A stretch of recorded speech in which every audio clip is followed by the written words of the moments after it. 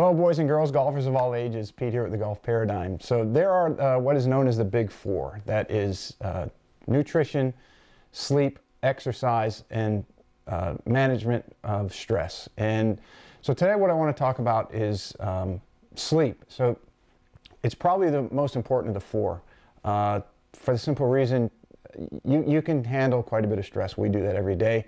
Some of us do it for weeks, months, years, etc. Before we're able to put that aside. And it will kill you eventually if you have too much bad stress in your life, but a little bit of stress is probably a good thing. It keeps you moving and going and growing. Exercise, it is what it is. You know, a lot of people, a lot of different theories out there. Now, nutrition, you can go for a couple weeks without eating and you will still be alive. You can only go a few days, however, without water before it starts taking massive effects. But sleep is probably the number one thing, because if you go more than a couple days without sleep, you become a zombie. And anyone who's had issues sleeping knows exactly what I'm talking about. Your ability to function at a high level, your precision, on and on and on, is significantly affected and depleted, especially when you get into a game like golf that requires very finite motor skill, and 1 degree off coming in impact can be disastrous wherever you hit the ball, your putter, etc. So today's video is going to be on sleep. I know I've done a couple of these other videos before that will integrate in this one, but I think the things I'm going to go over today, if you're having trouble sleeping, whether it's before a big round of golf or just in life in general, a couple of these things might help you. As always, it's best to try, experiment, and wrong what works for you, as we are all different. So the first one I want to get into is a warm bath before you go to sleep. Now, this comes from the Japanese Shintoism. That Japanese view, you take a shower to clean yourself, but you take a bath to relax. This is why, in part, they do so many baths after work. So what other way or time is better for you to take a bath than after a long, hard day's work? Or in this case, you're practicing, you're playing around the golf. It lets you kind of decompress. You make a nice warm bath. You can set the water at whatever temperature you can handle. You get in there, you just let everything just melt away. If you want to make it a little more beneficial, you can add Epsom salt. Now, for some of the older people listening, Epsom salt, going back many years ago, has always been a therapeutic endeavor. But the question always becomes, well, how much Epsom salt should you use? So some people say half a cup, some say a full cup, some say 3 cups.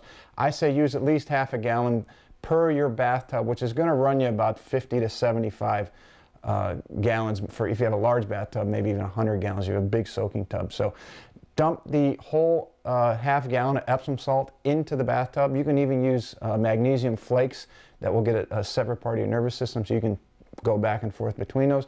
But use a whole half gallon, put the whole thing in there, let it dissolve. As soon as it does, go ahead and get in there and just sit in there for 10, 15, 20 minutes, as long as you can. The better, the longer you can sit in there, the better, until the water cools off.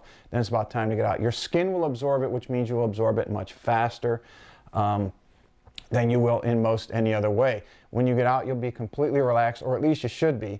And you do that for a couple days in a row, and do it for a couple weeks, and you should see a significant improvement in your ability to relax, and in particular, if you're doing it in the evening, your ability to go to sleep. So try to do an Epsom salt bath about an hour before you go to bed.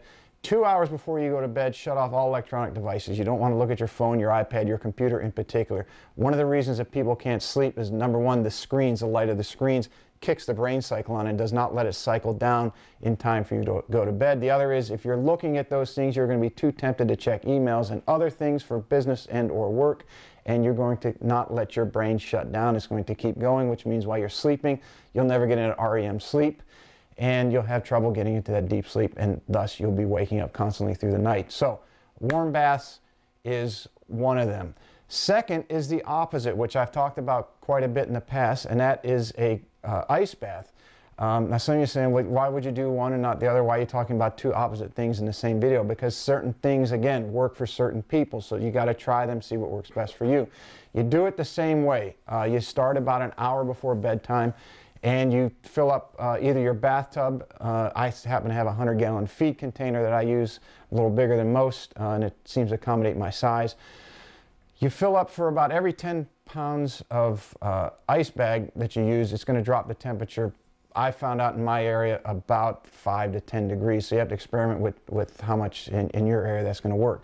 But you want to get the ice to about 55 degrees. If you can handle it, obviously go colder. Some people get it down to 30 some degrees, and that I just haven't gotten to that level yet. But you want at least a minimum of 60 degrees. When you first get in an ice bath, it's going to be exceedingly cold. It's going to take your breath away, which is part of the reason that you do this. You want to learn to control your breathing. Most of the original discomfort is going to be skin irritation. So your skin is not going to be used to it. It's going to get that initial shock. Sometimes it might even feel like you're getting needles stuck in you, but that will only last for about 90 seconds to 2 minutes. As soon as you get past that, your body will adapt and start to kick on, and it will help in hormone balancing. So get the ice bath down about 55 degrees and or cooler if you can tolerate it. You sit in there for about 10 minutes. Now, I'm not a doctor. I don't even play one on the internet. So if you're going to try this, check with your health professional first.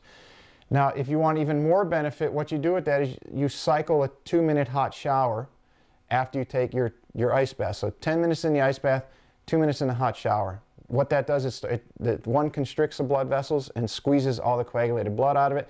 Then the hot shower opens it up and gets the blood pumping through. So what it does is it flushes all the coagulated or stagnant blood that's in your system. So whether you've been playing a lot, you've been practicing a lot, that stiffness in the morning is usually because blood gets stuck in a certain area. A muscle's been overused. So if you can do that 3 sets, 10 minutes of the ice bath, 2 minutes of the hot shower, 3 times, and you cycle those, by the time you're done with the third one, your system has flushed itself so well, you will feel like you're in nirvana, okay? And your ability to fall asleep will be exceedingly easy, and in particular, your ability to stay asleep will be that much better. So give that one a try if you haven't done that already. Third is nutrition. So talk a lot about sugar lately in our videos on diet. So if you need to eliminate your sugar out of your diet, sugar is considered as addictive as a class 1 narcotic for various reasons. It causes joint discomfort and joint pain. It causes anxiety.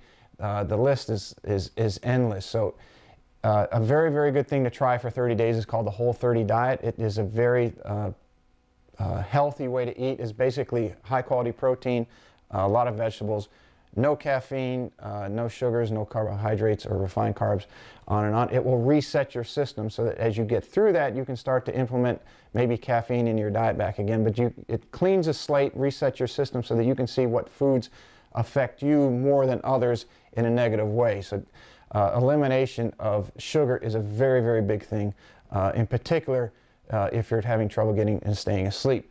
The last one is magnesium. Magnesium is one of the most depleted minerals, whether it's in our soil or in our diets today, yet is an essential mineral for a number of different things: anxiety, brain levels, brain function, bone function and density. The list is endless. So get yourself a high quality magnesium. You want to take about 400 to 600 milligrams per day, especially if you're very active, you're playing a lot, you're training a lot, you're practicing a lot, and then you have daily life on top of that. Just one little tip: do not take it with coffee. If you're taking about 500 milligrams a day and you're taking it with coffee, coffee has magnesium in it already, and it might have a little tendency to give you what we call disaster pants. So you really can't get too far away from a toilet if you're taking coffee with your magnesium. So you really, if you're drinking coffee in the morning, you probably want to take it with your lunch or with your dinner or supper in the evening. And now, do not take it too close to bedtime, because if you're significantly depleted in magnesium, it will keep you awake at night as your body starts to regulate and get used to it. So try to take it again at lunch or at the latest at dinner time. So those are 4 things. Again, we got a warm bath about an hour before or so before you go to bed. You can add magnesium flakes or epsom salt to that. The cold bath, where you're in a bathtub for 10 minutes at 55 degrees or colder. Again, that is also started about an hour before you're going to go to bed. Third one is diet, eliminating sugar.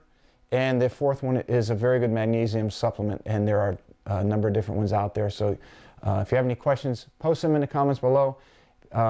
We hope you like this video. If you're interested in any golf schools and or private lessons, also send us an email, info@thegolfparadigm.com. As always, thanks for watching. Hey everybody, Pete here from The Golf Paradigm. Thanks for watching the video. You can check us out on Facebook, Twitter, and Instagram. And if you want to watch more videos or subscribe, you can do it right here.